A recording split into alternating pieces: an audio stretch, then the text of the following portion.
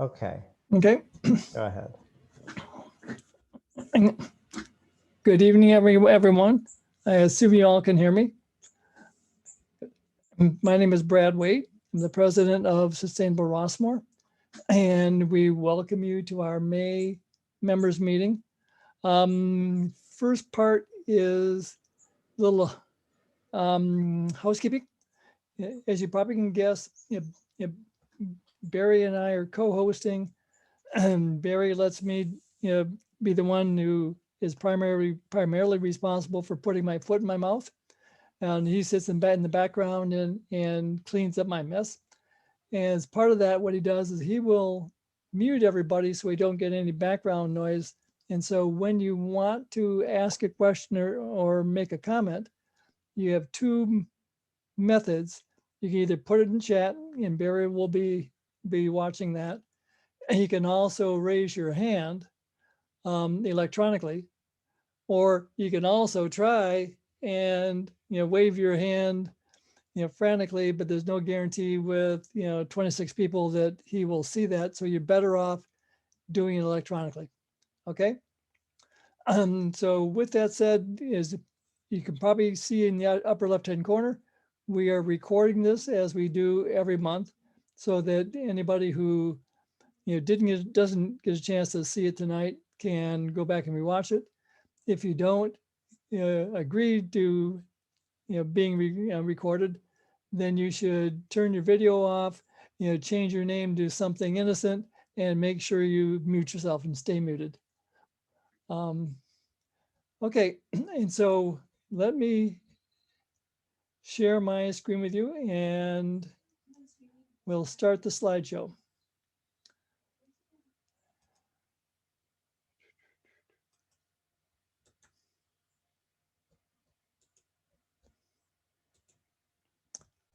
Okay. Oh no, it's under view. You skip 1 month and you forget how to do it, right?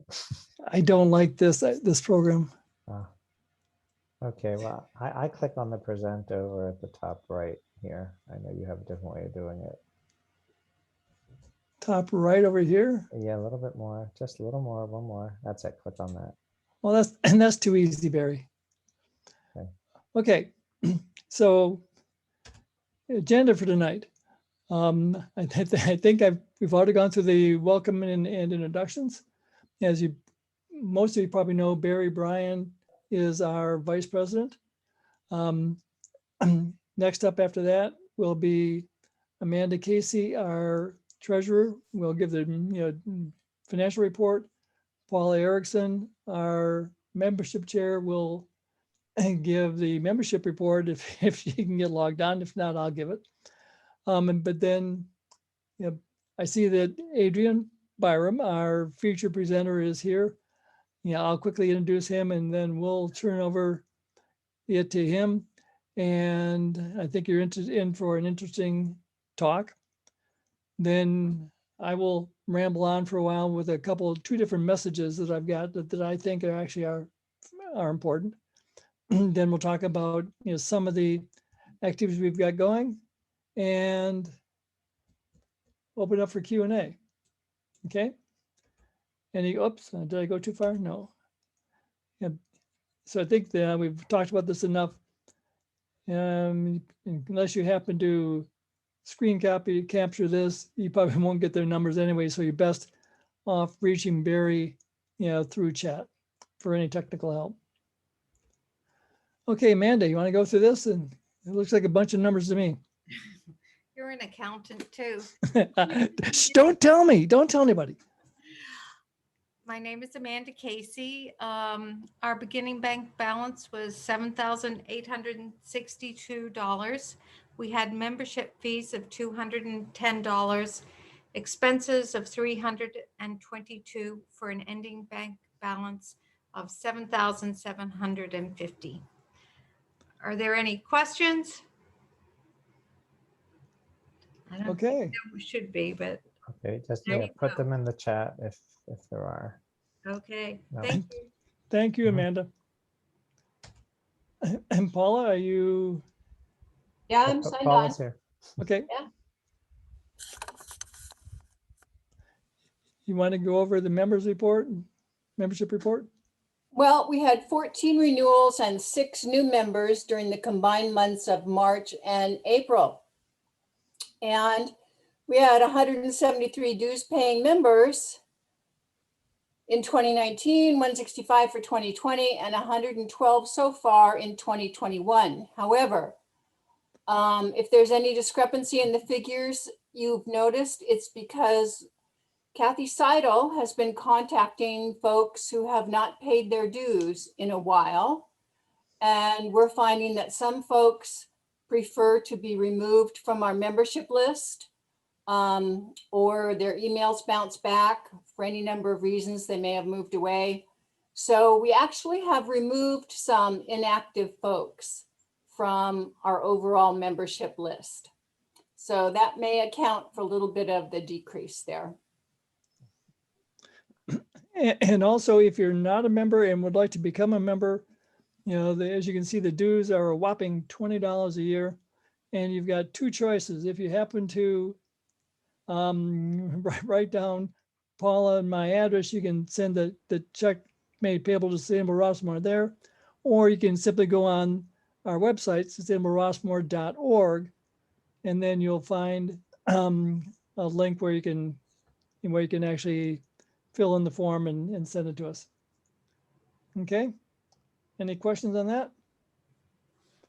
Okay. We should put the link in the chat at some point, possibly when Adrian is talking, if you can pull it off of somewhere, or I'll do it.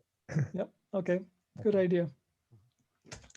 Okay. Speaking of Adrian, for those of you who don't know Adrian, he's the chair of our residential solar and storage committee. I had the pleasure of introducing Adrian, when he gave the mutual-wide solar talk a couple of weeks ago during our Earth Month events. And I'll confess that I'm going to reuse a line that I really liked, that I came up with, and to talk about Adrian as being one of those people you find in Rossmore that is grossly undereducated. He's got a master's in physics from the University of Toronto. He's all but dissertation for his PhD in electrical economics from Stanford, and he got a PhD in neuroethics from the University of British Columbia. So with that said, he also ran his own tech company for 10, 12 plus years. So obviously he's well positioned to take the lead, which he has done. He's one of his spearheaded the initiative on the solar. So Adrian, let me zip my mouth and turn over to you. And so I'm going to stop sharing, and you're going to share your slides, right, Adrian? Okay, thank you. I don't want to create breakout rooms.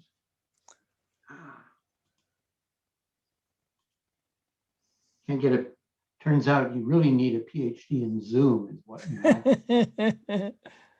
Yeah. Okay, we got it. Did you get my? Oh, I don't think so. Hang on a second. Yeah, I just got your background, not your. Yeah.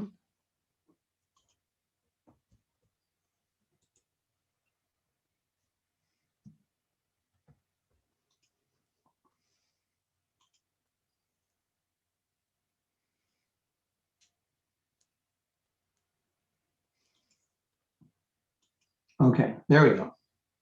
Yep, now we got it. Does that look right? Good. Yes. Thank you. So this whole thing started quite some time ago in November of last year. So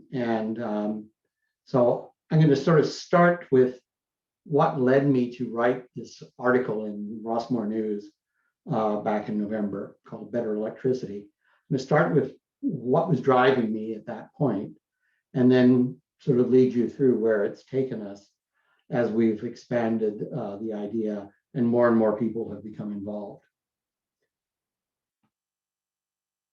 So to start with, I identified that there's 4 problems that we're facing, people living at Rossmore. The first problem is PG&E. They're increasing rates. They keep going up and up and up.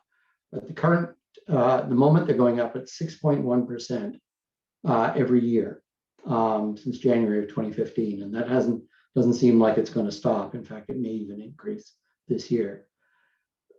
That means that you're paying 30 cents for electricity today. 10 years from now, you're going to be paying quite a bit more. Their reliability has decreased. This graph shows the number of minutes of outages, unplanned outages, every year in our district for PG&E, the Diablo district. This is their numbers. And so it's generally running about 2 hours, 120 minutes every year. But then in 2019, it went up to over 10 hours. Some of us in Rossmore didn't have any power outage that time. It was a public safety power shutoff. Try saying that 3 times fast. A PSPS event. It affected some of Mutual 1, and they were out for a couple of days. The rest of the place was not out at all. So it can be very, very strange the effect it has. And the problem is, of course, that even 120 minutes is a lot if you have an oxygen machine or you're somehow reliant on some medical device. So reliability is a key issue for people living at Rossmore. Third problem we have is our infrastructure. The buildings here, some of them in Mutual 1 are over 50 years old. Even in Mutual 3, we're looking at 30, 35-year-old buildings. If you have carports just for your car, they do not support charging electric cars.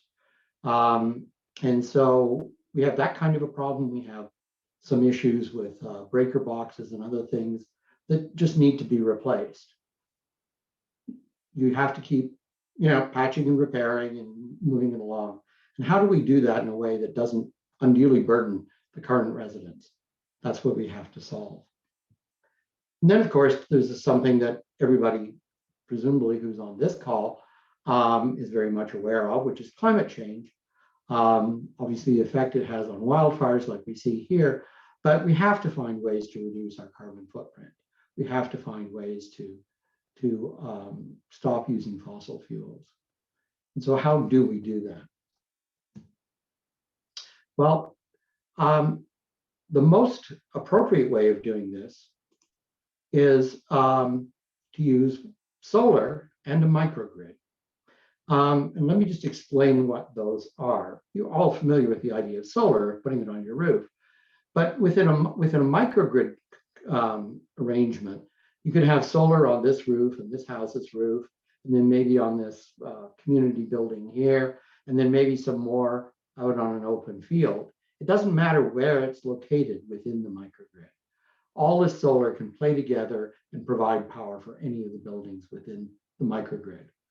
The solar power generally goes into a battery during the noon, in the middle of the day, charges up that battery, and then that battery can power the community in the evening and through the night.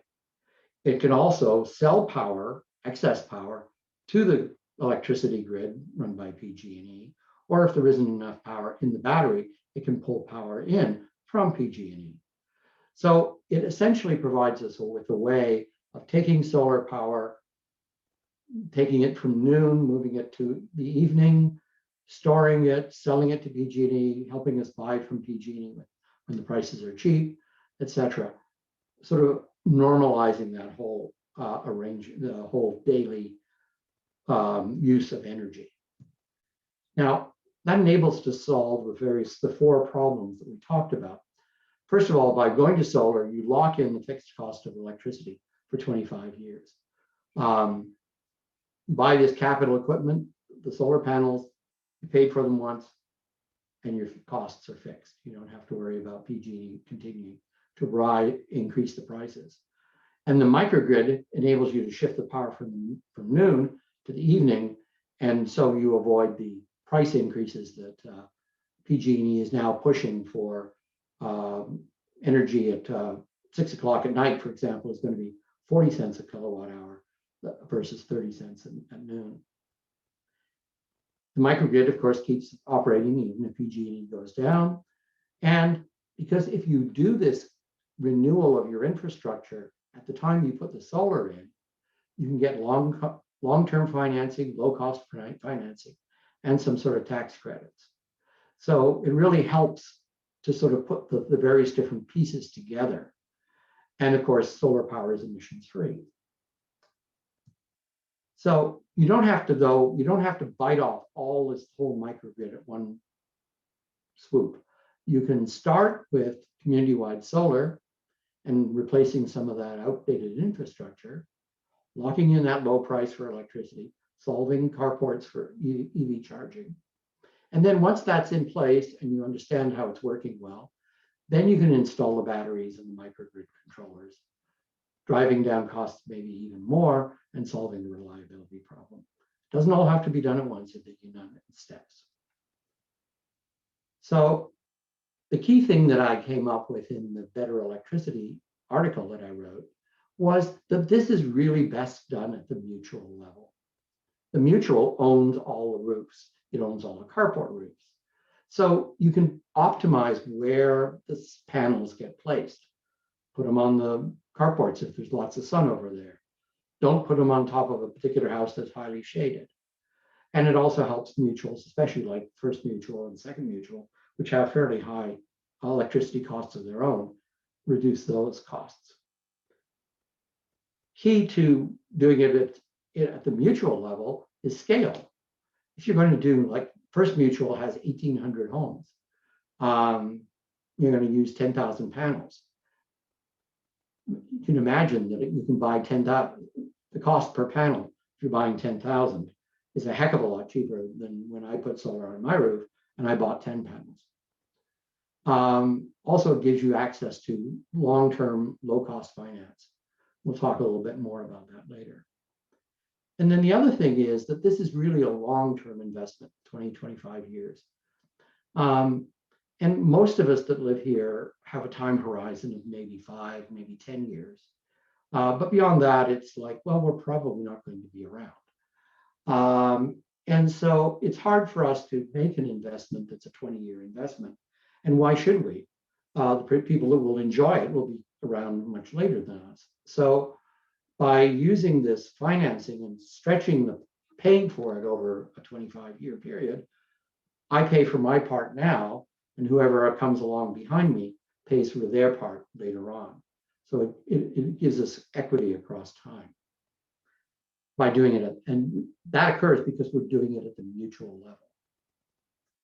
So that was really what kicked off this Rossmore Solar Initiative. Like I said, I wrote that Better Electricity article. John Moe, who's the president of First Mutual, read it and called me up and said, "This is a great idea. How do we get it done? I want First Mutual to be solar completely, by next summer." John's a real enthusiast. So First Mutual ended up appointing an ad hoc committee to investigate how we could do this. I also made presentations to Third Mutual's board and to the President's Forum. And people started saying, well, maybe there's something here. Some people were very skeptical. Project 50, which is about to become Mutual 50, actually also formed an ad hoc committee of their own. And then in March and April of this year, First Mutual's committee discovered the idea of a public-private partnership, and I'll talk more about that, and started to investigate how we could possibly do that. Third Mutual has formed a committee and is investigating actively how Third Mutual could do it as a mutual. And our initiative, which is essentially now a group of about 30 people from various different mutuals, we've started talking with this outfit called Table Rock Infrastructure Partners, who are a P3 supplier in effect. And like I said, we'll talk more about that. So in talking with Table Rock and in thinking about this P3 idea, we had several objectives and some constraints that we imposed on ourselves and said, we have to meet these objectives. We have to do it within these constraints, or this is not a feasible project. So the first objective, obviously, is to lock in lower electricity rates and improve the reliability and resilience of power, get rid of our dependence on fossil fuels, and enhance the longevity and value of our homes, both for First Mutual and for all Rossmore residents. But there are constraints about the way we do that. Monthly costs, our residents' monthly costs cannot increase. We can't do this if we're going to charge everybody another $50 a month or something like that. It will not fly. We have to, this has to push the monthly costs for each resident down, not up.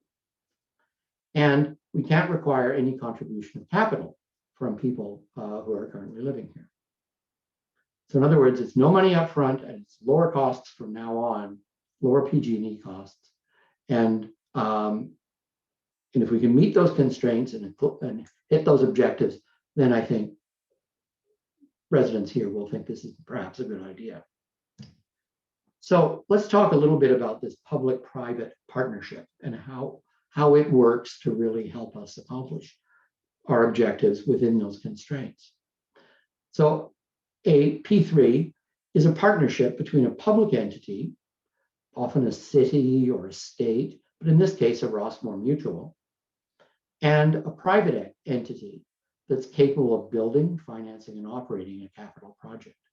Often you see these kinds of P3 projects are done for roads or airports or things of that nature. In this case, it's going to be for a solar project. The private partner has the skills and the background to undertake all the risks associated with financing the project, building it, actually owning it, and operating it over its entire life, over its 25-year life. The public partner, the Rossmore Mutual, us, gains the benefits of having this capital project, of enjoying the benefits from it, without any capital upfront and without taking on any debt. In accountant speak, this is an off-balance sheet project. So the way we pay for it, though, the way the mutual pays for it is we agree to pay a fixed price for a fixed amount of electricity every year, a so-called power purchase agreement. And the nice thing about this is if for some reason the P3 can't deliver that power, we don't pay. So there's no risk associated with it. The price is fixed. If it doesn't show up, we don't pay. That's what the private partner takes on, all that risk. So why does this kind of a thing make sense? Well, for Rossmore, it really makes sense because we've never done anything like this before as a mutual. We've put in some solar work, but we've never put in a microgrid. We've never tried to upgrade our infrastructure for EV charging. We've never done this, and we never will again. At least none of the people on this call will be around before we do this again. We don't have the expertise. We don't have the access to finance. We don't have any of those skills really within our group of people. And most importantly, we can't afford to take any technical risk or any financial risk. Most of us are on fixed incomes, as I always hear, and taking risk at this time of life is not an appropriate thing for us to do. However, for the private partner, it does make sense because they've done projects like this and they're going to do them again. So they keep building their skills, building their resume. Big thing is that they bring a Rolodex to us of the people that have the best consultants, the best engineering people. They know who the pension funds and the insurance companies are who fund these kinds of long-term projects. And they get paid out of this by earning a small premium by managing and accepting all that risk. So they get paid over the life of the project, not up front. And the people who pay them actually are the pension funds and the insurance companies who are making the investment. We are not paying them directly. So trying to find then the right P3 partner for us was a little bit difficult. This is not somebody you look up in the yellow pages or even Google. Some of the companies that do this are some of the very largest private equity firms like Carlyle Group. But they wouldn't be interested in a project like this. And so finding somebody whose values match ours, who's in the right size, etc., was a little bit difficult. But fortunately, through the good offices of a resident here, Art Salzfest, about 18 months ago, he introduced us, Brad, Barry, and myself, to this outfit called Table Rock Infrastructure Partners. And this was just sort of a general meeting about, maybe doing a microgrid, how would we go about doing this, etc. And so we've been meeting with these people off and on for now 15 months. We've gotten to know them fairly well. They're experienced with electricity markets in Northern California. They had a big role to play in the launch of MCE back in 2010. And they're investors in a microgrid company, which brings a lot of expertise to this whole thing. Their biggest P3 project that they have going at the moment is with the city of Rialto in Southern California, where they did a huge wastewater plant for the city. It's about 100,000 people. And that project got started in 2012. It's recently sort of went live, I think maybe 2 years ago. And they're now upgrading it with a $50 million microgrid. Key thing about them is they're small. It's two partners. They share our sustainability goals. They're local. Their office is in Sausalito. They live in Marin. They're not a bunch of MBAs looking to make a fast buck. They're actually, both of them are people who could be living here at Rossmore. One of them is 65. Peter is 65, and Megan's, well, I'm a gentleman, so I won't talk about that. But they're very nice people. And like I said, we've gotten to know them quite well. Megan is one who's leading the microgrid installation in the Rialto project. She brings this very interesting background of being a community organizer. She actually was the field director for, when the CCA, the community, what's the word for it now? CCA, anyway, like MCE, community choice aggregator, that's the word I'm looking for. When they got started back in 2010, PG&E was totally against it. They actually got a voter initiative on the ballot to block CCAs like MCE from actually coming forward. And she was one of the people who really stepped up and got that ballot initiative defeated. She was a city level organizer for MCE's launch. And earlier than that was a creative director at the New York ad agency. So she brings this, like I say, community organizer, soft skills kind of view of things to this whole operation. Peter, on the other hand, is the is sort of the typical financial guy. Out of school, went to work at Goldman, then went to a B of A, where he ran their structured finance group, their global structured finance group, which does these kinds of investments all the way across the world. He did that for about 25 years. And then in sort of 2000, he said, well, I made enough money. I don't need to do this anymore. I don't want to do this. I want to do something that makes an impact. And so this is where we are today. The key thing about this is for them is, and this is their words, they see Rossmore as being an opportunity of national significance.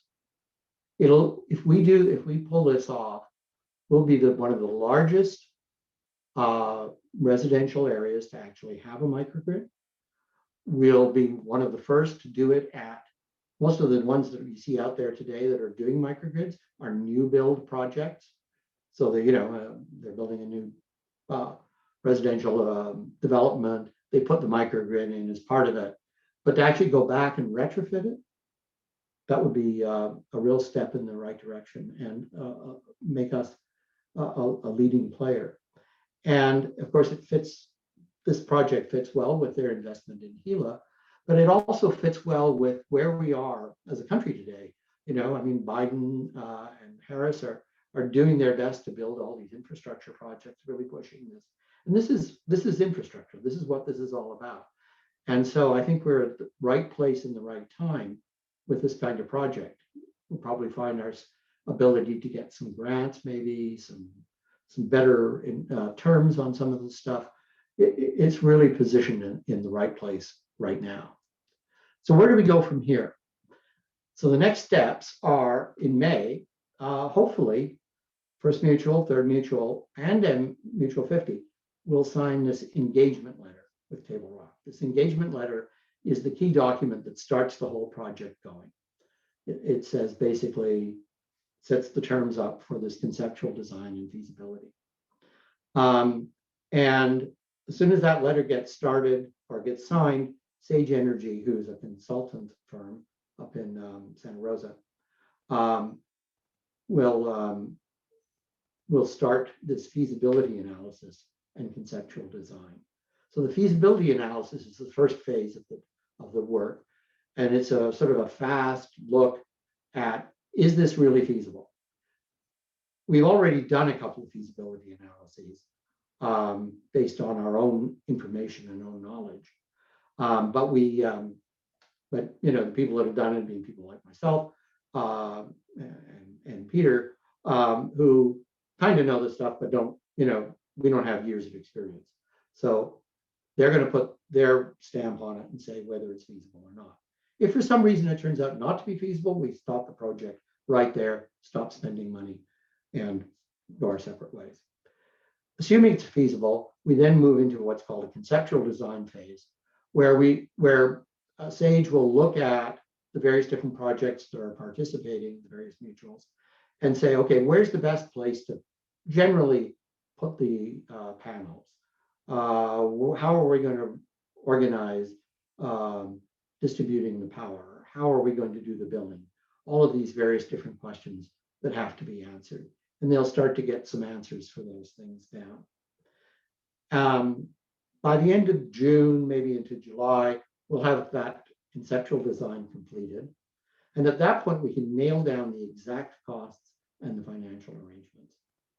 And so at that point, the participating mutuals, whoever has signed up with this engagement letter, can now actually go ahead and sign this P3 agreement. They'll know the exact cost for the purchasing the power. They'll know all the terms. Everything will be in front of them at that point to make an informed decision. And then as soon as that P3 agreement is signed, then we move into a detailed design phase where we're doing all the permits, blueprints, all that sort of stuff. And then the solar design installation would begin probably late fall or early 21 or early 22 rather.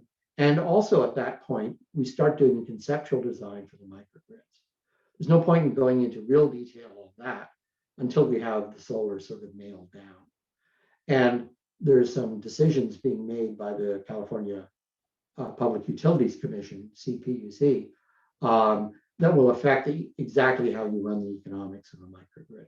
We need to understand those things before we can really get started with that.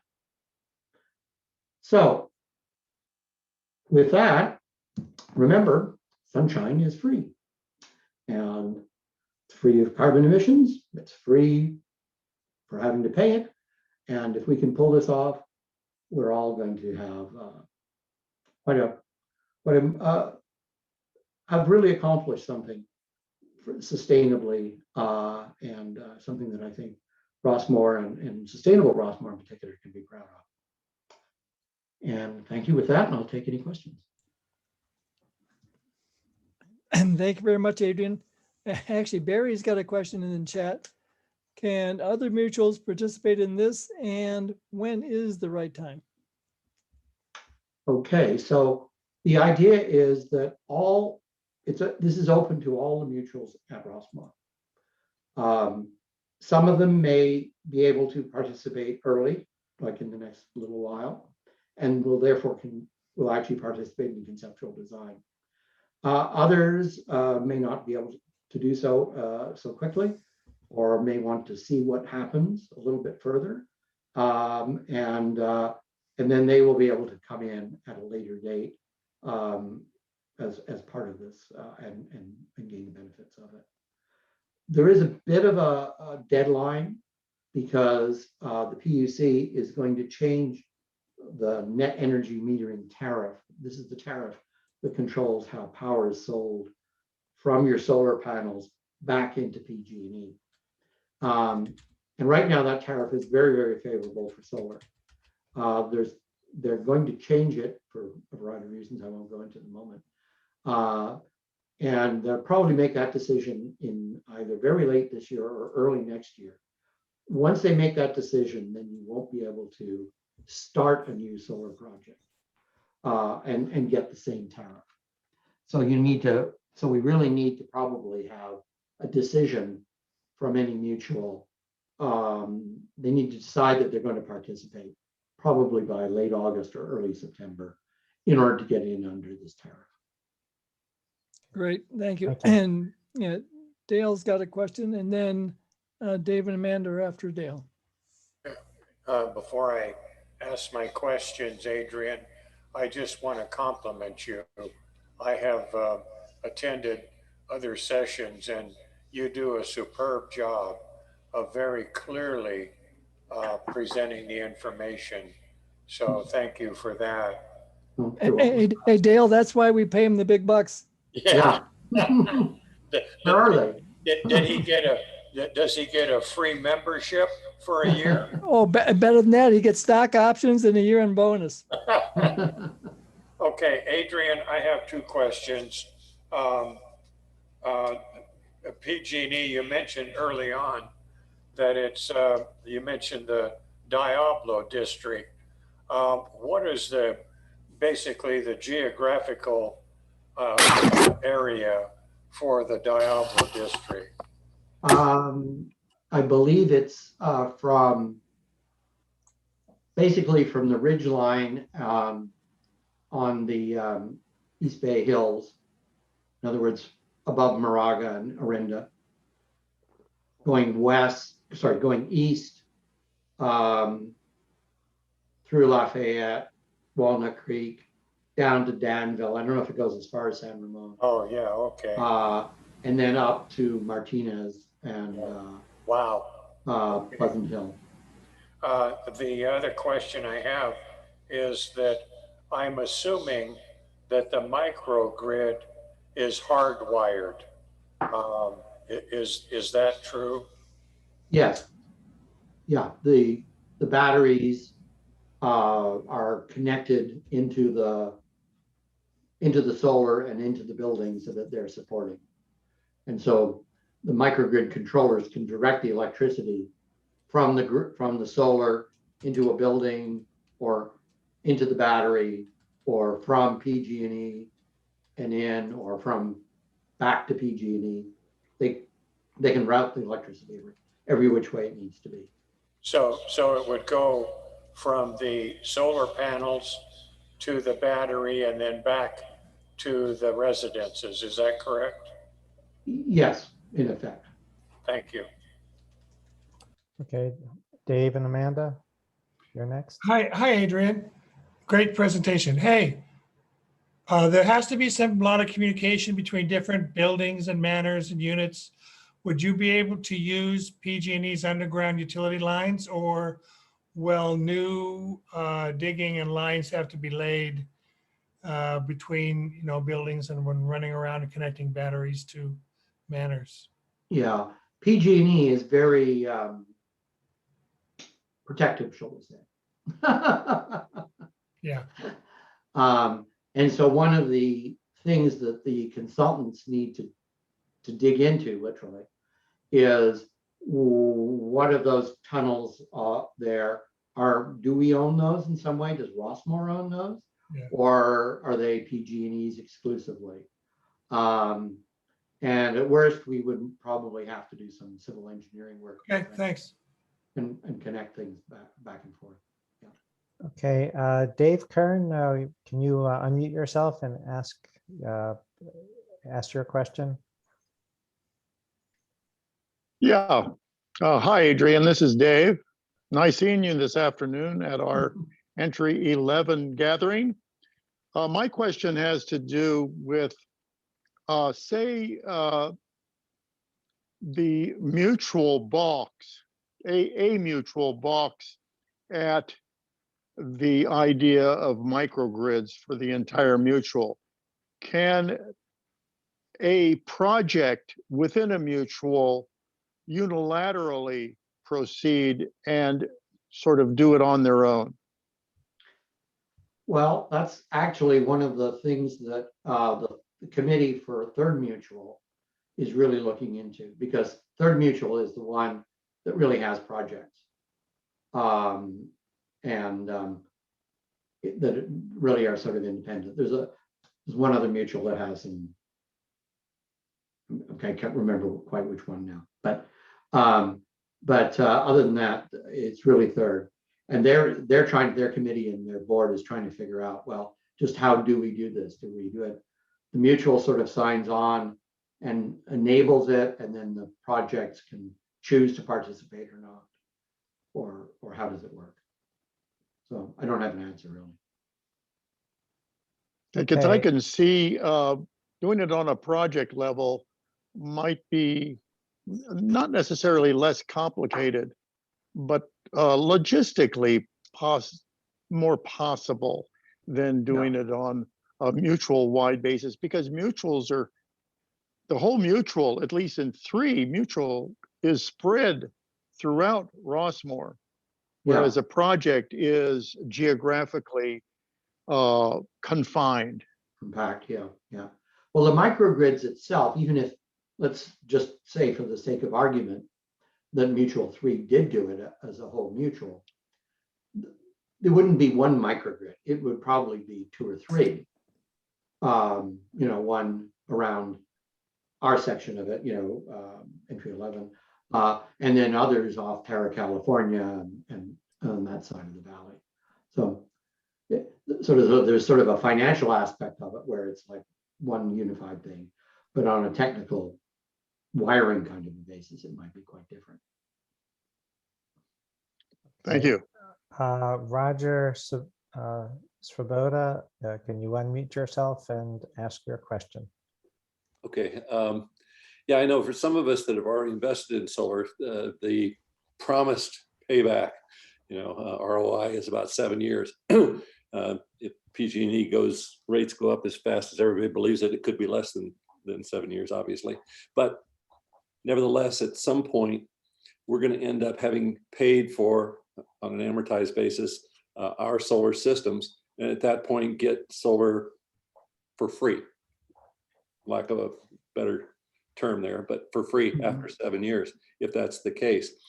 It seems that one of the constraints that you listed was that nobody's power bill would be any more than they are currently on a month-to-month basis, but there's no end point where after the system is paid for itself, et cetera, that people start getting free power. And I think that might be one of the downsides with doing it this way if it's open-ended with a company, because people could be getting their continued power bill for the next 20 years without really any significant benefit. So it seems to me we'd want to be able to put a limit on that constraint of, for an X period of time, that we would continue to pay the management company for the power and not get full benefit from it. Yeah, the thing that we're sort of struggling with a bit on this, Roger, and what you raise is a good point. That if we, like I put solar on my roof, wrote a check for essentially $10,000, and now I'm getting the benefit of that. But if it stays on the roof 10, 20 years, 15 years from now, whoever is living in my house, it probably won't be me, is going to have that free power. And so that seems, that I won't have enjoyed the benefit of that fully. And so part of the idea is to actually equalize it so that, yes, people 15 years from now will be paying something, but people today will be paying much less. And try and equalize it across the 20, 25-year life of the project, so that a resident today is paying a certain percentage of the PG&E bill that he would otherwise pay. A resident 15 years from now is also paying the same amount in terms of percentage of PG&E. And for people like you and I who've already installed solar, we have to find a way to incorporate that solar back into the mutual grid and compensate those owners for that thing. And that's one of the challenges of how we go about this. And I don't think we don't have a perfect answer for it yet. Okay, thanks, Adrian. Okay, Marilyn, you have a question? Please unmute yourself. Can you hear me now? Yep. Oh, thank you, Adrian, for your presentation. And I do have a quick question. I had heard that a number of homeowners with solar had real issues due to the smoke and haze this past year and the year before from the California wildfires. Mm-hmm. And PG&E did indeed provide the backup electricity, but at the exorbitant tier 3 pricing levels. And so their electric bills were just through the roof. And so I'm wondering, is there any commitment from PG&E in terms of, even though they say they'll provide backup power, at what pricing or price tier level? Well, so no, there's no commitment from PG&E. It's kind of difficult to get PG&E to do anything. And of course, PG&E's prices and everything else, it's all regulated through the PUC. So you have very little choice in the matter. The power purchase agreement that we would have with the company that's operating the solar for us, I mean, they are under the obligation to provide the power. And if there's a lot of haze and smoke, then obviously, yes, it's going to affect their ability to do that.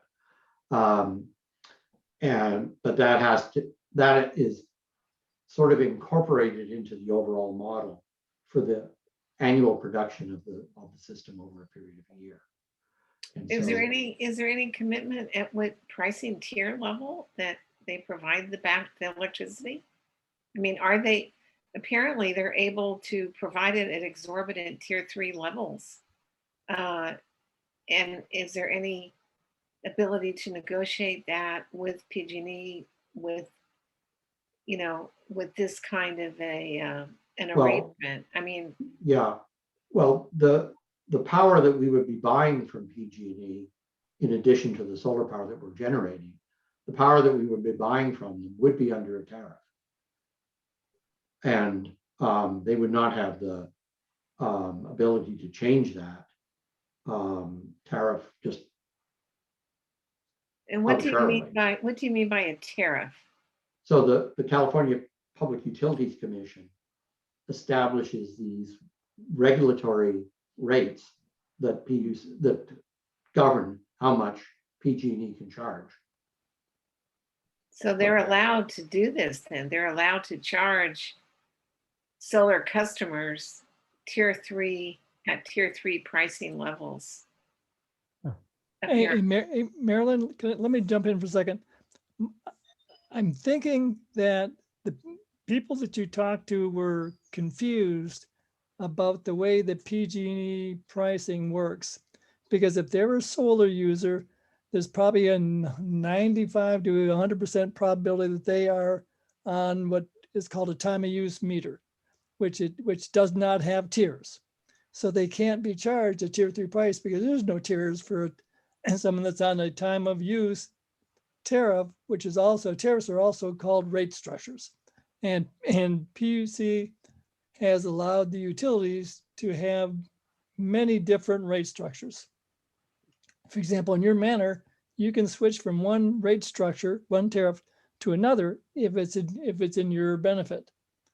There are some restrictions, of course, but obviously you go with the one that you find, as I said, most advantageous for you. So I think your friends are mixing apples and oranges, but the answer is yes. The PG&E is allowed to charge them based on what the California Public Utilities Commission has given them authority to do. And you know the PG&E is going to, if they're allowed to bill somebody for something, PG&E is going to, right? Yeah. Thank you.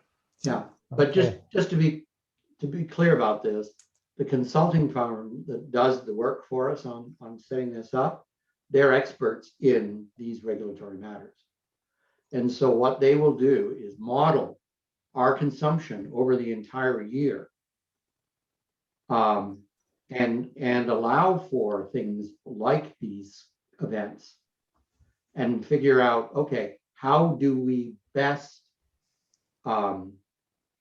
set this up so that the tariffs we choose, because these are it's not just sort of arbitrary. We actually choose the tariff that we use for the power we buy and sell to PG&E. And so that will be all modeled in there to ensure that we don't get some sort of a weird overrun like that. And so in some ways it's almost a better arrangement than what you have as an individual, because individually we really don't have the capability, the knowledge, the background, the expertise to do that kind of modeling and ensure that we're sort of safe, whereas these guys do, and that's part of the deal. Great, thank you. Okay, David Frank, you had a question? No, that's Bruce Resin. Well, calling him how he wanted to call himself. So if he doesn't want to call himself Bruce Resin, I'm not going to call him Bruce Resin. But if you would please go ahead.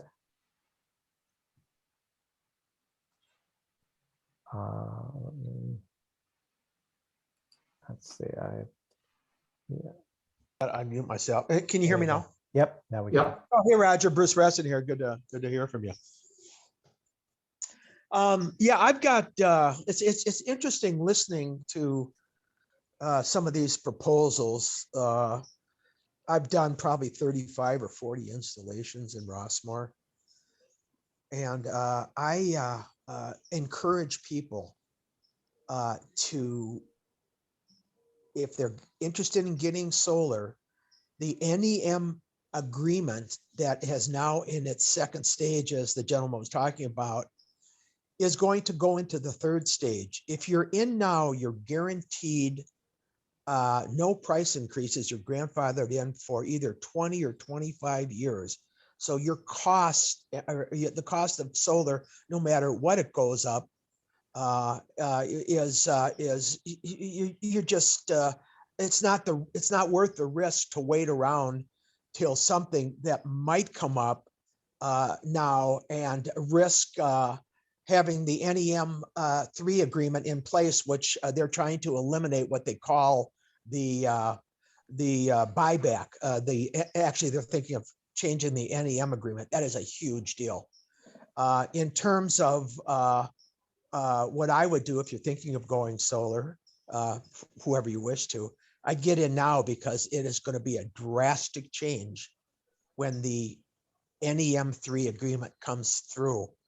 And it sounds like an interesting concept. Power purchase agreements have been around for years, but with PG&E constantly raising their rates, I just don't see how you can negotiate something like this and giving people free solar and getting it pushed through. PG&E is not going to give you guys a great rate. They don't give anybody a great rate. So if you're trying to negotiate with them to give you a lower price, sure, it's possible. I doubt it. That's my opinion. And I've done a lot of solar, over 300 installations. So if you're looking to go into solar now, you should go in it now before the NEM3 agreement and NEM2 agreement fails. And when the NE3 agreement comes in, you're thinking of 22, early of 22. Boy, that seems to be, no offense, but that seems to be really, really aggressive. Permits, cities, mutuals, politics, all this sort of stuff. That's just my opinion as a professional consultant. Thanks for listening to me. If I may, I'd like to point out a couple of things here. First of all, Bruce is absolutely correct about the NEM2, and that is why we are doing this so quickly right now. The key is that if you set up an arrangement, and this is what GRF is doing with their phase 2 solar, for example, you have to, if you're doing it from a house by house basis, such as the installations that Bruce has done, you do it after you've done the installation. You do the interconnection agreement with PG&E after you've done the installation. If you're doing a big installation like these, where you're putting 6 megawatts of solar in, you do the interconnection agreement prior to the installation. And so the interconnection, and once you've done the interconnection agreement, that's what grandfathers you in. And so that's why we're pushing to have the mutuals do this work now, June, July, August, so we can actually file those interconnection agreements in September and October and nail down, lock in that NEM2 pricing. So that's the key issue here. Also, Bruce seemed to imply that we're actually trying to negotiate these rates with PG&E. No, this has nothing to do with PG&E. This is a completely separate, privately financed arrangement with external companies. Many other companies, Sunrun, others, do this kind of an arrangement. This is what we're doing here, just like all of those other companies do, except we're doing it on a much larger scale than is typical for an individual solar installer. And we're also doing a certain amount of infrastructure work as part of it, so that we can gain the benefits of that infrastructure and the financing of that infrastructure as part of this whole arrangement. It's not just solar, it's not just batteries, it's also EV charging, it's also replacing some electrical boxes that need replacing in some of these mutuals. Okay, thank you, Adrian. Joy, you had the next question? Well, I have a question about the Waterford, and then I saw someone wrote that they already have solar at Waterford. Because it Yes, seems correct. like you is get a correct. big bang for your buck there, Yeah, but they do. Yeah. yeah, they put it in, I don't know, what, 2-3 years ago? Yeah. They don't have microgrids, and they probably should because of the age and situation of their residents. I think Okay. Raj has Yep. had a question for Okay, quite a while. Raj, you please unmute yourself and ask your question.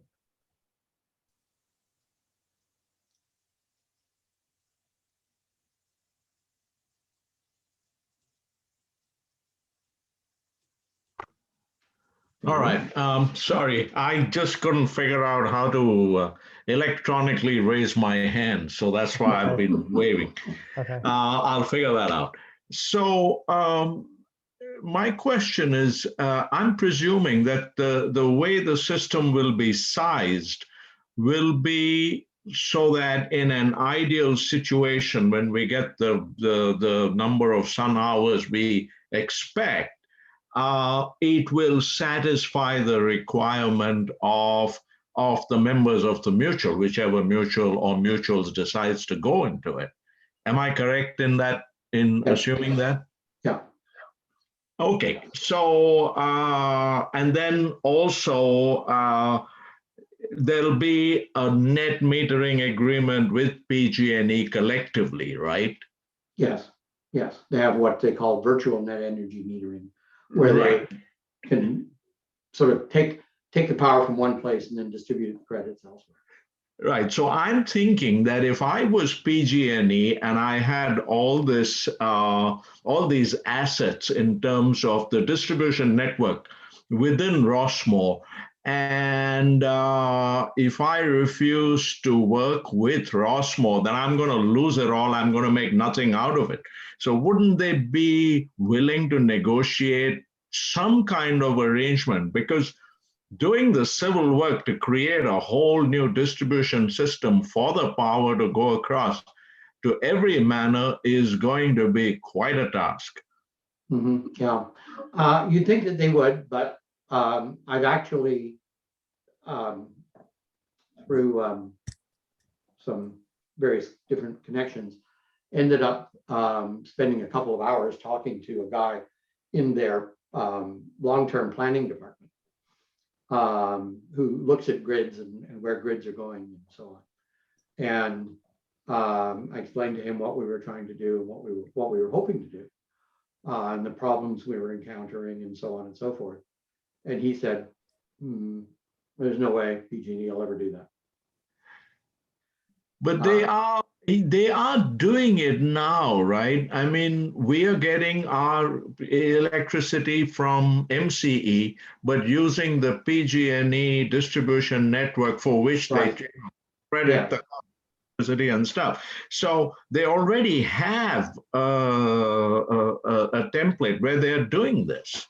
Yeah, but they fought that every tooth and nail, every bit of the way. Yeah, I mean, that's PG&E. They fought even any net metering tooth and nail. They said never, never, never. But then they say, yes, yes, yes, we want a piece of the pie. Well, the reason is, though, because there was a bill in the California legislature back in 2016 that said you have to do net energy metering, and told the PUC, make it happen. Okay, and therefore the PUC went through all the rate hearings that they have to do and set the tariff in place, and then PG&E had to go along, whether they wanted to or not. And the same thing is happening with NEM3. There was a bill, Senate Bill 1331, I believe, 2 years ago, that similarly said, okay, this is the way it's going to be going forward. And now there's just a whole lot of fussing and mussing about that, but it will eventually come through, and it will enable things like microgrids to really work well. So we're trying to balance what's possible through the regulatory regime with where we think it's going to go and what's possible technologically, and find out the path that goes between all of these things. Yeah, you think PG&E would be a little more rational, but they're not. Yeah, so I'm thinking that if we go that route of creating a new distribution network within Rossmore, then and correct me if I'm wrong in this, that until that is being set up, physically set up, no power is going to flow from the microgrid to any of the manor or any of the manors, which means everything has to be in place, which sort of pushes the whole project back, does it not? Because this would take a long, long time to do. You know, the civil work and the digging and the cabling and everything to every manor from wherever the solar panels are placed. Yeah. So the nice thing about Rossmore, and the thing that really makes it sort of maybe much more feasible than you might think, is that we are built around these entries. And so each entry can be its own little microgrid. You don't have to connect everything up. Right. And so you've got maybe 10 buildings on an entry, or 5 buildings. And so you're just really going to be trenching between those and the batteries there. You're not trying to connect my entry on Terra Granada with somebody over on Cactus Court, 2 miles from me. Yeah. You're not trying to do those kinds of things. You're just trying to balance it within maybe an entry or an entry and a half or something like that. Where it makes geographical and financial sense. That's what we're trying to figure out. Thank you. Thank you. Okay, any other questions? Okay, back to you, Brad. Okay.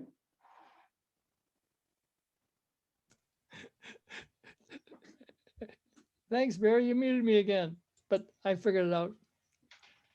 Okay. So where is my?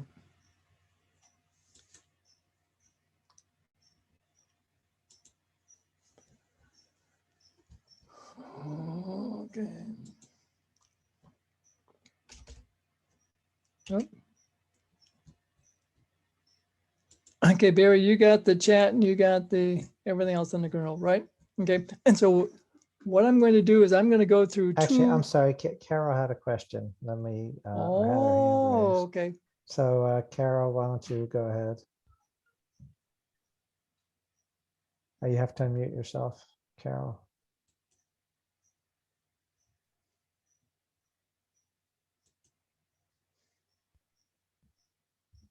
You're still muted. There it is. Okay. My little button switched places. Okay. So how does MCE feel about this kind of a plan? Adrian? He may be disappeared. He can answer later. No, I think, no,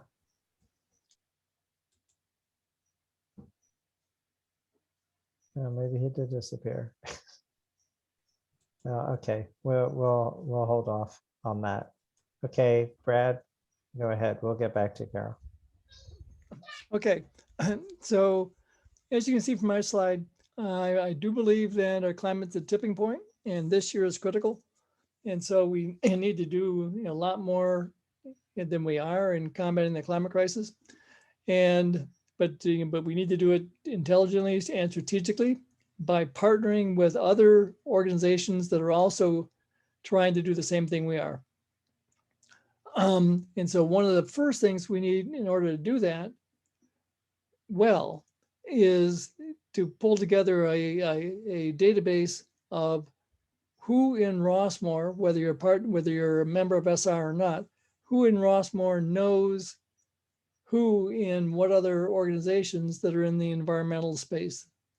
I mean, and then my ask is I'm going to be looking for someone who's willing to take on the role of, as we solicit this information from people through various meetings and emails, is of piling it into a list that we can actually use. Reason why this becomes clearer and clearer to me with each passing day is that I'm sure there are a number of us, actually I know there are a number of us in SR who are very active in other environmental organizations. I know for a fact that Carol Weed is, and she's probably actively involved in at least a half a dozen, if not a dozen. Because I spent an hour and a half with her on a meeting today for 350 Contra Costa. And so I got to believe there are a lot of us that know a lot of other people that we could be working with. So that's my first thing.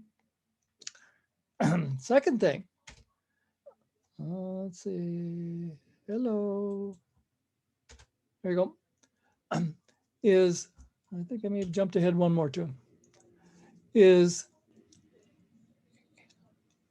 I'm starting to realize that, that one of the things that SR may want to look at actively taking on is working on helping Rossmore residents come to realization that we all need to be much more water conscious and conserve water in our residence.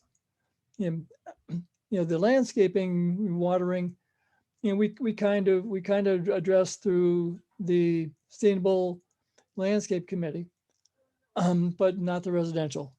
And my fear and suspicion is this is, as I say here, this extended drought is likely going to be the new normal. And so I think the sooner that Rossmore starts coming to grips with this, the better it's, and the easier it's going to be on all of us. And so the question is, what do you guys think about us as an organization taking this on, and who's willing to work on this? And you don't have to step forward today, but you can either send me an email or no, you can't use smoke signals. I don't read smoke signals.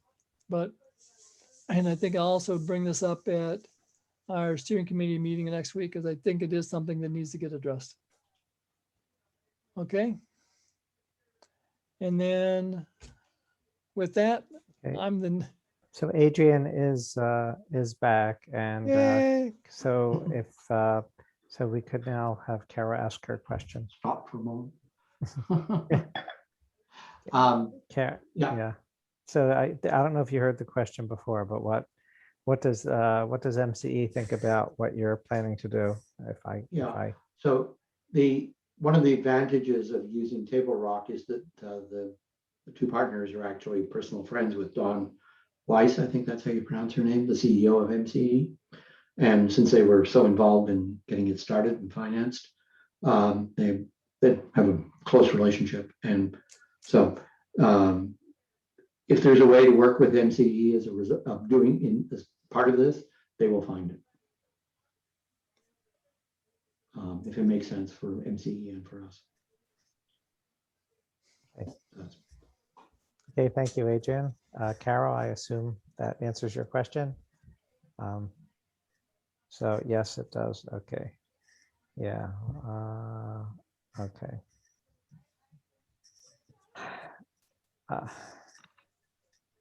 Okay, and back to me.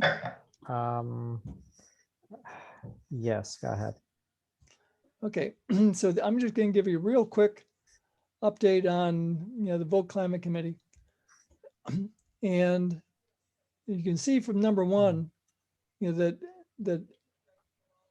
I firmly believe that one of the things we're going to be doing much more of this year and next year is advocating, you could call it lobbying, advocating to our elected officials for key state, county, and city issues.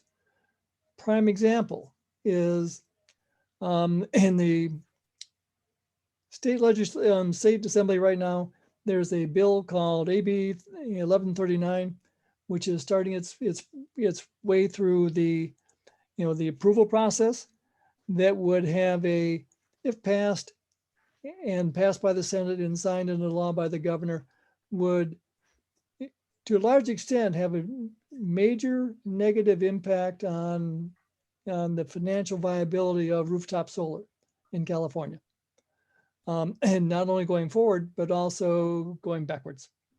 And so obviously we're going to be doing a lot of, Carol's already started to do a lot of tracking of this bill. We're starting to, to figure out, how to best to advocate for it. But this is a prime example of that we need everyone's help, and we will be calling on you, to do a lot more than you're doing now. So if you're uncomfortable doing that, you've got at least a week to get over that, because trust me, it's coming. And then also, we're also going to be doing a lot more work to, help to make sure the voters can actually get to vote. We'll also continue working on, getting the best environmentalists elected. So with that said, I'm done, with Vote Climate, unless anybody's got any questions, I think. Adrian, this is probably one of your old slides. Do you want to address anything in here, or should we? I think we can skip that. Okay. Yeah, we can skip that. Okay, And Dave, you want to, these are also your old slides, I think. Do you want to quickly address any of these or?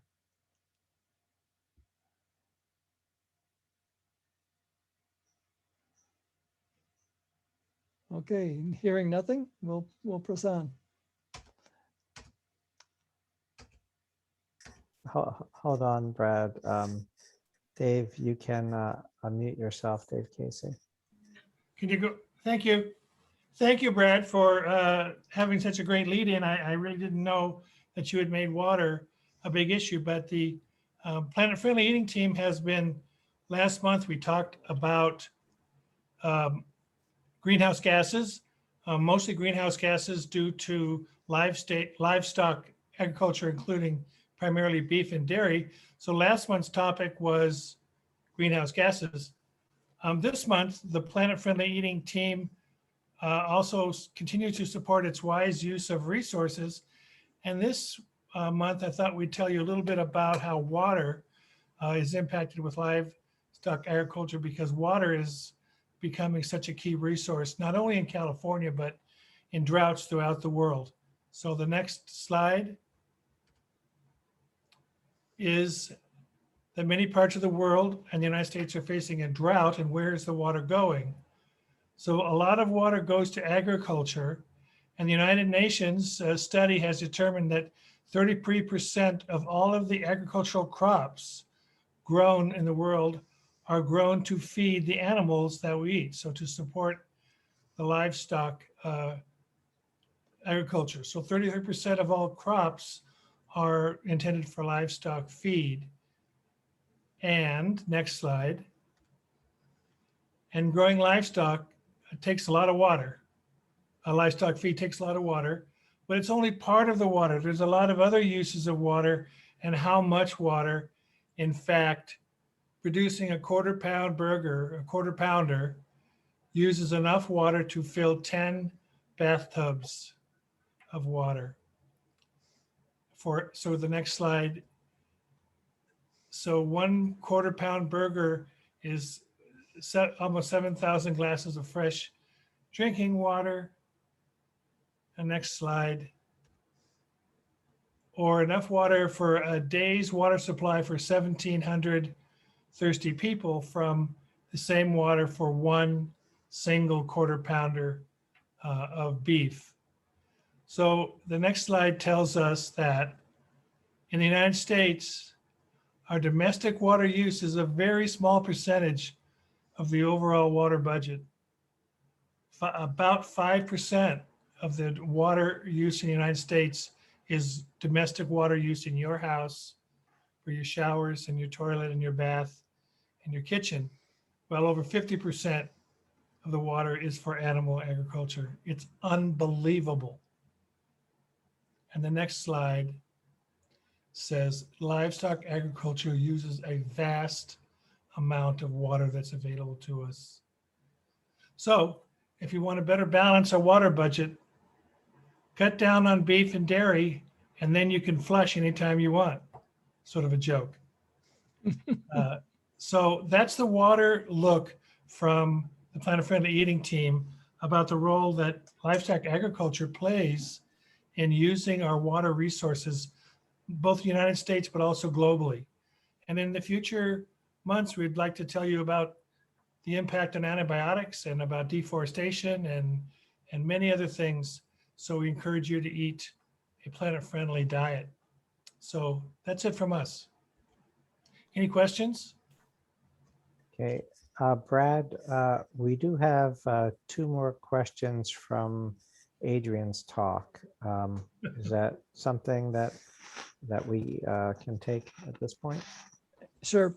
Okay, the first one is from David Frank. And he is, I think, in Bruce Resson's screen. So Bruce, if you'll unmute, I think David can ask his question.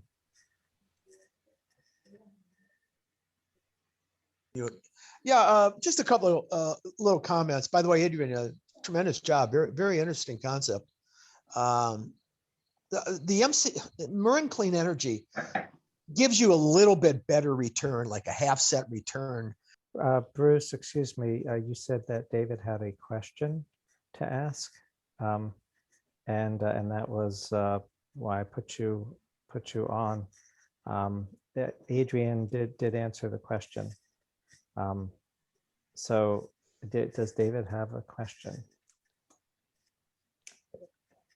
That was, you can unmute Bruce.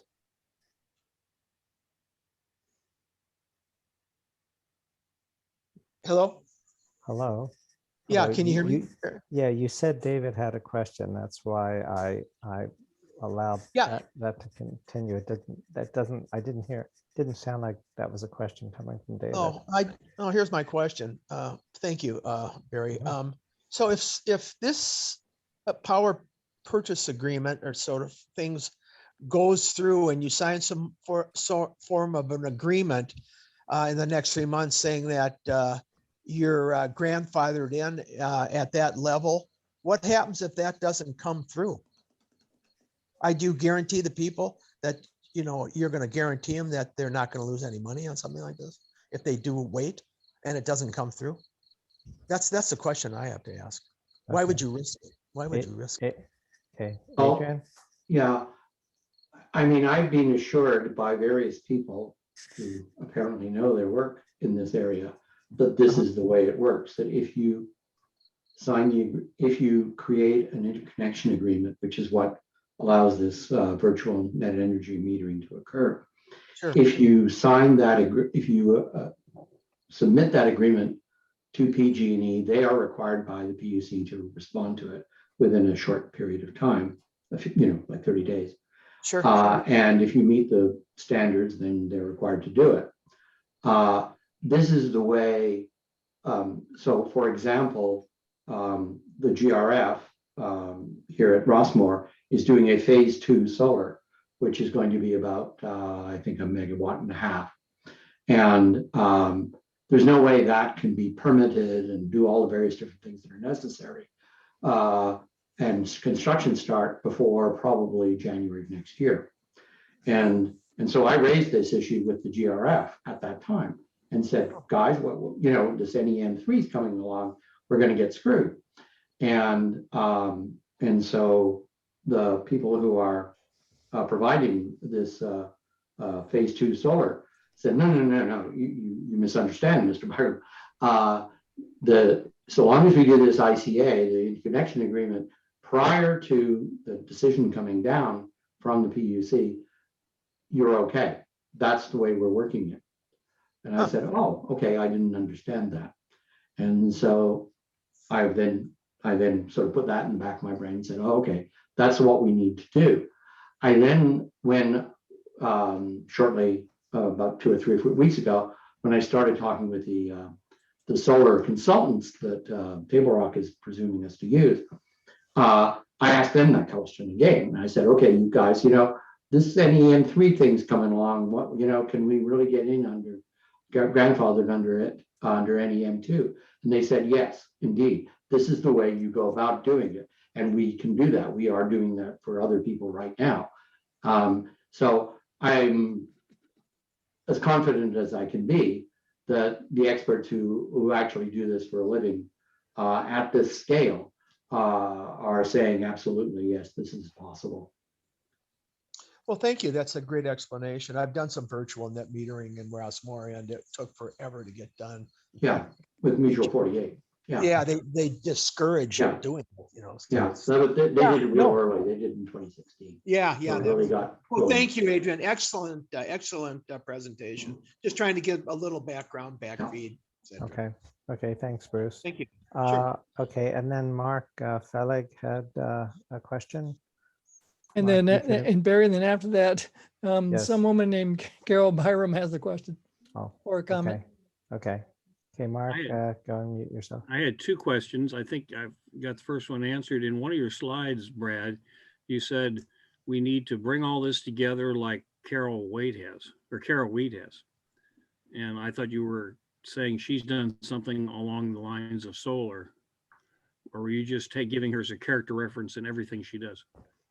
And no, I was talking about you know, working with other environmental organizations and partnering with them and for, to get Okay, the, I take that as the latter. She's just good at doing that type of stuff. I thought I had missed something she had done in her mutual with solar.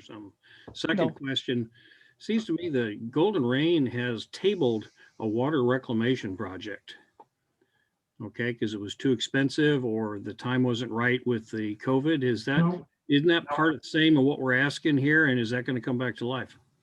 No, it's not tabled. I'm on the finance committee, GRF Finance Committee, and we discussed it last week. And I think, is Dale still on the call? I mean, he's a. Dale is on the call. If Dale, if you have any Yeah, comment. I mean, I know they completed the study, and then the next step was to, figure out how to finance it and whether it was appropriate or not. So that's still underway. As far as I know, yes. Okay. This is Dale. This is Dale. Yes, it's still underway. The company that we're working with and contracting with, they're developing further information for us.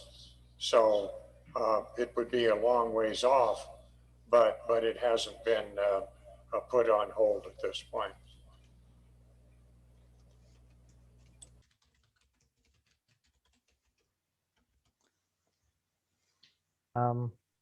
Okay, those were our Mary, is questions. Carol trying to attract our attention, or? no, it was my bad that, but she was sent a private message to me, dissing one of the speakers, some guy named Adrian, but. Oh, okay. No. Okay, so I think those were our other questions, so we can continue. Yep, tree planting. Oops, sorry. What have I done here? Okay, who's got this? Marilyn? Is there anything you want to say in this, or should we move on?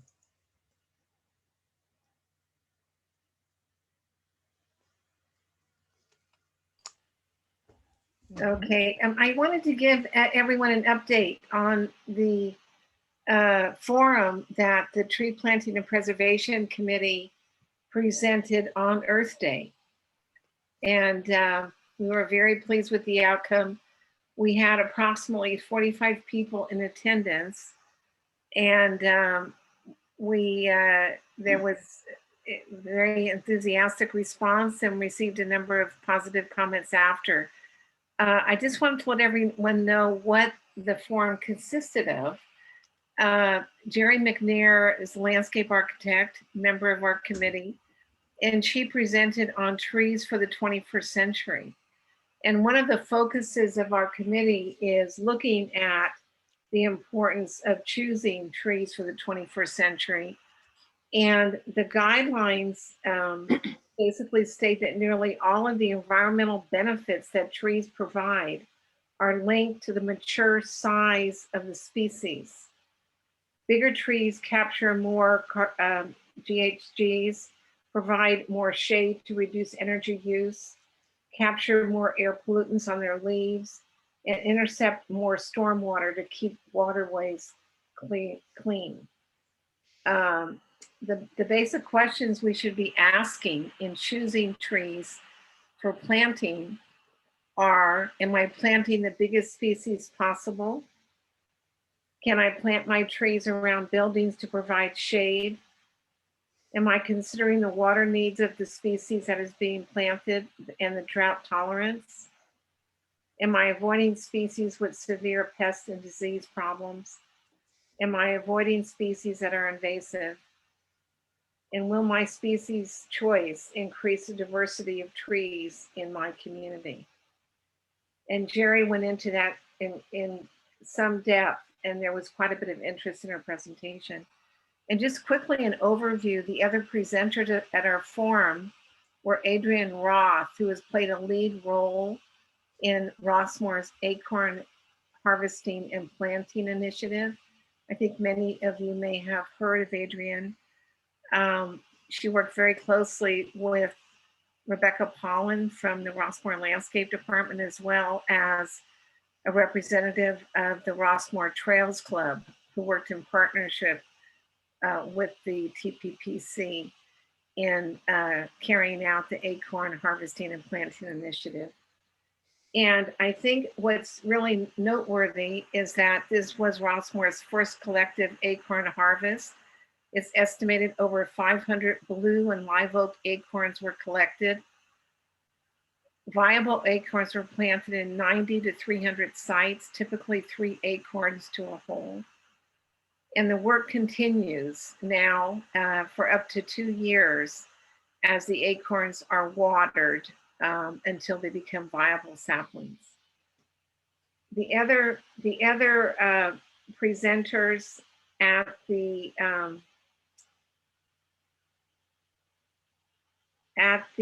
forum, of course, was Barry, who is leading the Eden Reforestation fundraising initiative along with Brad. And Barry's project was one of the initiatives that the TPPC is sponsoring. And some of the attendees at the forum actually donated funds to plant trees in rainforest areas for a cost of less than 10 cents per tree. The funds collected enabled more than 15,000 tons of CO2 to be sequestered over the life of approximately 7,500 trees. The other initiative that was discussed was the Arbor Day initiative. Bruce Poster, who I know many of you know, is the lead on that initiative. And he presented on the variety of activities that are being carried out, including the guest presentation by James Kayam, who is the head of strategic development for the Arbor Day Foundation on April 28th. And he addressed what does it mean to plant 100 million trees and what's next.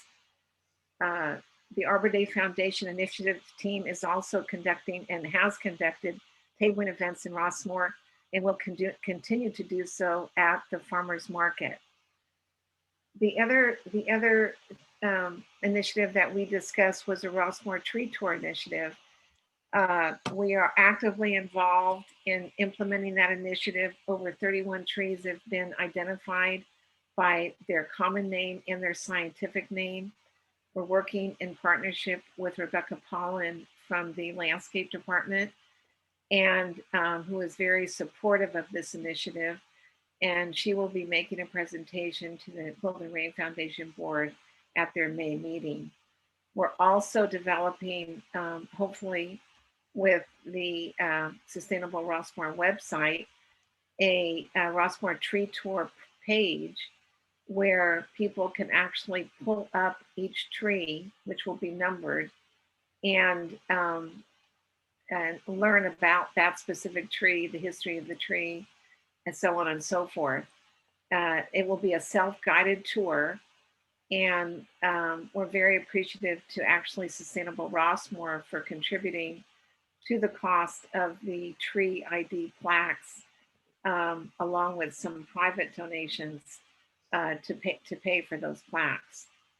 The TPPC is also involved in working on reviewing the Rossmore tree palette and providing input, as well as providing input into the Rossmore 5-year landscape plan as it regards to trees in Rossmore.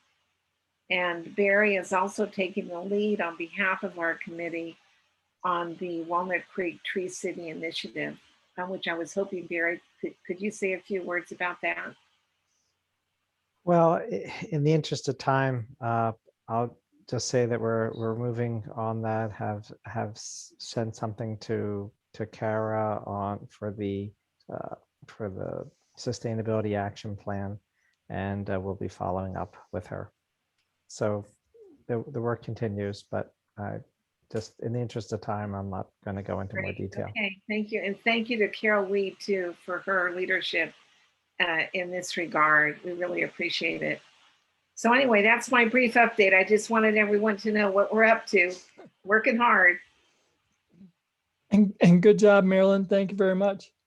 And Dale, correct me if I'm wrong, but doesn't Rebecca pronounce her last name Poland, not Pollen? I think she does. I've called her Rebecca Pollen in the past, and then I realized when I called and left a voicemail message for her one day and got her phone message, she pronounces it Poland. Well, thank you for bringing that to my attention. I will definitely take care of correcting that. Thank you, Brad. Certainly. I pronounce it Poland. Yeah. Okay. She told me some time ago that historically it's been pronounced both ways. Yeah, I think like many of us, our names are pronounced multiple ways. Yep. So thank you. Well, Thank you. certainly. Okay, I think for the sake of time, I think we'll see what, if anybody has any last minute questions, comments, concerns. If you do, Other- raise your hand. And if Right. not, we'll call it a successful meeting and go to bed. Okay. Thanks all. And thank you all for attending, and I hope you got a lot out of this. Thank you, everybody. Thanks, These were Adrian. Great questions. Yep. Thank you.